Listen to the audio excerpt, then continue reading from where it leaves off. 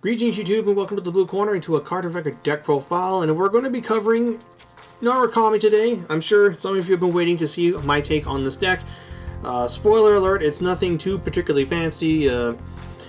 Yeah, it's almost identical to one of the ones that have been featured in the tournament results videos, so let's just get right down to this. So, as far as my thoughts on this deck, I've voiced my opinions during the results in the past, and I'll say it again. This was not a very good deck during set 5 format, as while good in theory, it just turned out to be that a lot of decks bullied it.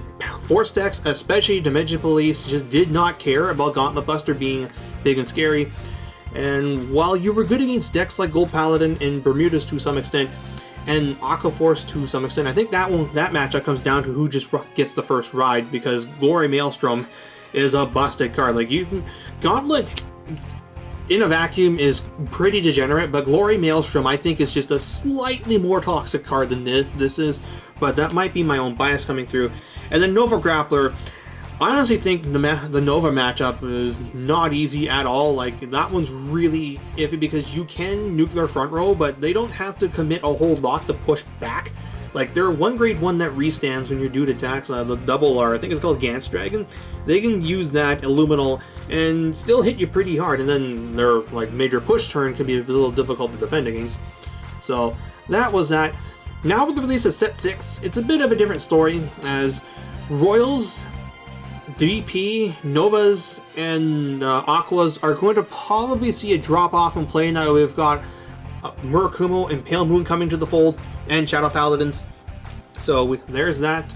And the Murakumo matchup is a bit iffy. Like, I do not know enough about it to make a clear call on if it's, like, I know it's probably more favored to Kumo, but I think if this deck gets first ride, you have a better chance of dealing with it. And Pale Moon, the normal playstyle of Pale Moon actually plays into this deck because their 1 grade 3 sucks up their board, then kills itself, giving you an open field so both Gauntlet Buster and Drill Dragon are turned on.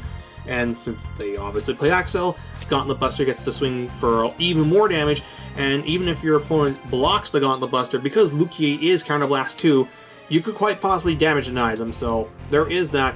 I do not know how this deck will match up against Tachikaze when they come out, and then who knows what's going to happen with set 7.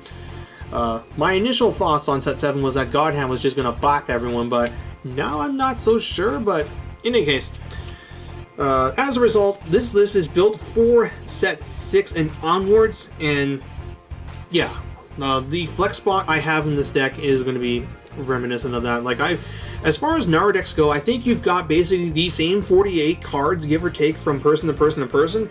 It's just the last 2 cards in the deck will differ depending on tastes, meta, and what they're doing with this. And since this is a list that's built to be a reference point going into the Wave 3 with Vanquisher or Conquest, whatever it's going to be, yeah, that I've got it built with that in mind. So with that being said, as far as the list goes, first up, Spark Kid Dragoon is the starter because I do not like the new guy's artwork. Then for the grade 3s, 4 copies of Gauntlet Buster Dragon. This card is very good, but he's definitely not the be-all, end-all.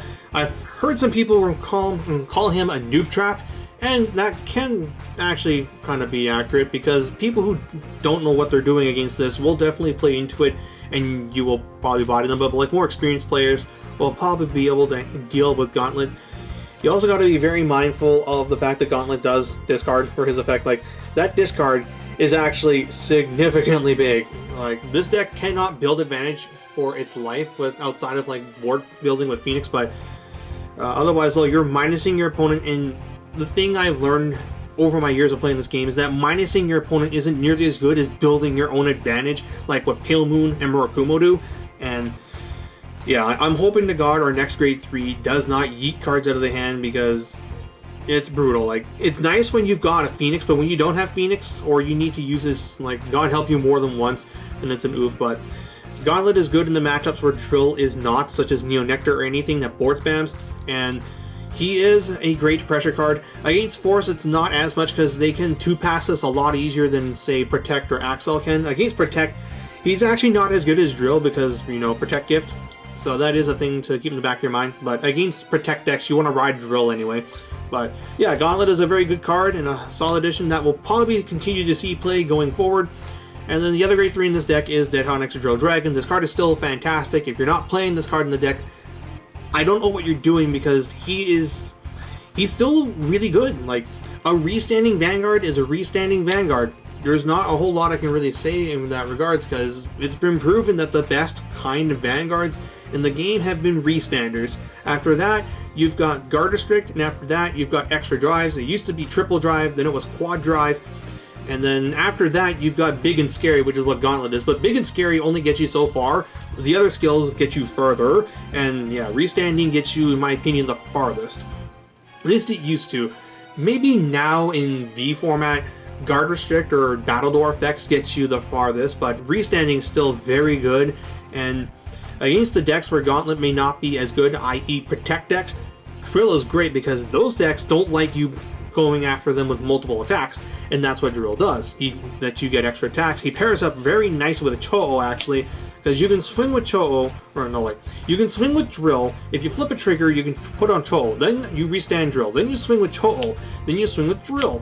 You flip more triggers, you put it on Cho-Oh, then you restand Cho-Oh, and you swing again. This is especially good when you've got crits in front of the deck, and the fact that he still binds in battle phase gets you extra attacks with Phoenix. Like, the higher damage your opponent gets to, 4 and 5, Drill becomes better. And he is, in my opinion, the finisher of the deck, even now. Like, Gauntlet is a great early and mid-game card, but Drill is your finisher. Like, he is your Draconic Descendant, and I don't think that's going to be changing going forward. Like, I think this is still going to see play in Wave 3 with Vanquisher or Conquest, whatever the VR is going to be. Then for the Grade 2s, 4 copies of Cho-Oh, 4 copies of Zui-Ten, 4 copies of Death Scythe, and then 2 copies of Reckless Dragon. This is what I'm playing in the flex spot right now. Since Protect decks will likely see a drop-off in play with the release of Murakumo and Pale Moon Wave 3, you don't need Gaiban to deal with them. So I'm playing these guys instead to deal with early game beatdown, particularly from decks like Murakumo, Aqua Force, Pale Moon, and the Mirror. As you can just ride Reckless, bind their dude, and you can call any of these guys down and reap the benefits from an extra draw or extra attacks with Cho-Oh. Furthermore, this guy does get a power buff on rearguard if your opponent has 1 or less in the front row, so that's good for hitting numbers against Axel. Like, this is just anti-Axel tech, but because we are going to be in an Axel format going forward, and especially after release of new stuff, I think it's very much needed. Cho-Oh is a fantastic card. I'm glad he exists. Like, this will see play going forward. It does suck that he does not gain any inherent power, so he is a bit easier to block for being a restander, but hopefully that will change with future sets, and fronts do this guy some wonders. And Zui-Ten is also very good. He gets the biggest in this deck, although you do need multiple binds to do that, otherwise Death Scythe is still your biggest attacker. But free card cycle, like going to the soul and drawing cards, is very nice, and then Death Scythe is still a free bind, which is great for Gauntlet and Drill if you're low on Counterblast because I'm not playing Helena. That being said, if we get a new double or triple rare Grade 2 that in the next set that boots this guy out, I will not be sad, because that Soul Blast 2 is starting to get a little bit restrictive on what cards I can and cannot play in this deck. Like Helena, like I can't play Helena because of this guy. I mean, I guess I could play Helena because this guy and this guy do give me a decent amount of soul, but like, I don't know, I would like another Grade 2 in here that doesn't Soul Blast 2 to get the bind. I would like a Soul Blast 1, or even a Counterblast 1, Soul Blast 1. Anyway, so that's it for the 2s. And then the 1s are probably the most simple here. It's 4 of this busted card, 4 of this good card. Fantastic going second, the on-hit draw, and going first, or just at any point. He is probably more useful than ever because you can just stick him behind your Vanguard, and he allows Gauntlet Buster to swing for 33 against Force, and that's very important because you need those magic numbers against Force. And then lastly, 3 copies of Bolt Capture Dragon. I'm not playing Thunderbreak in here.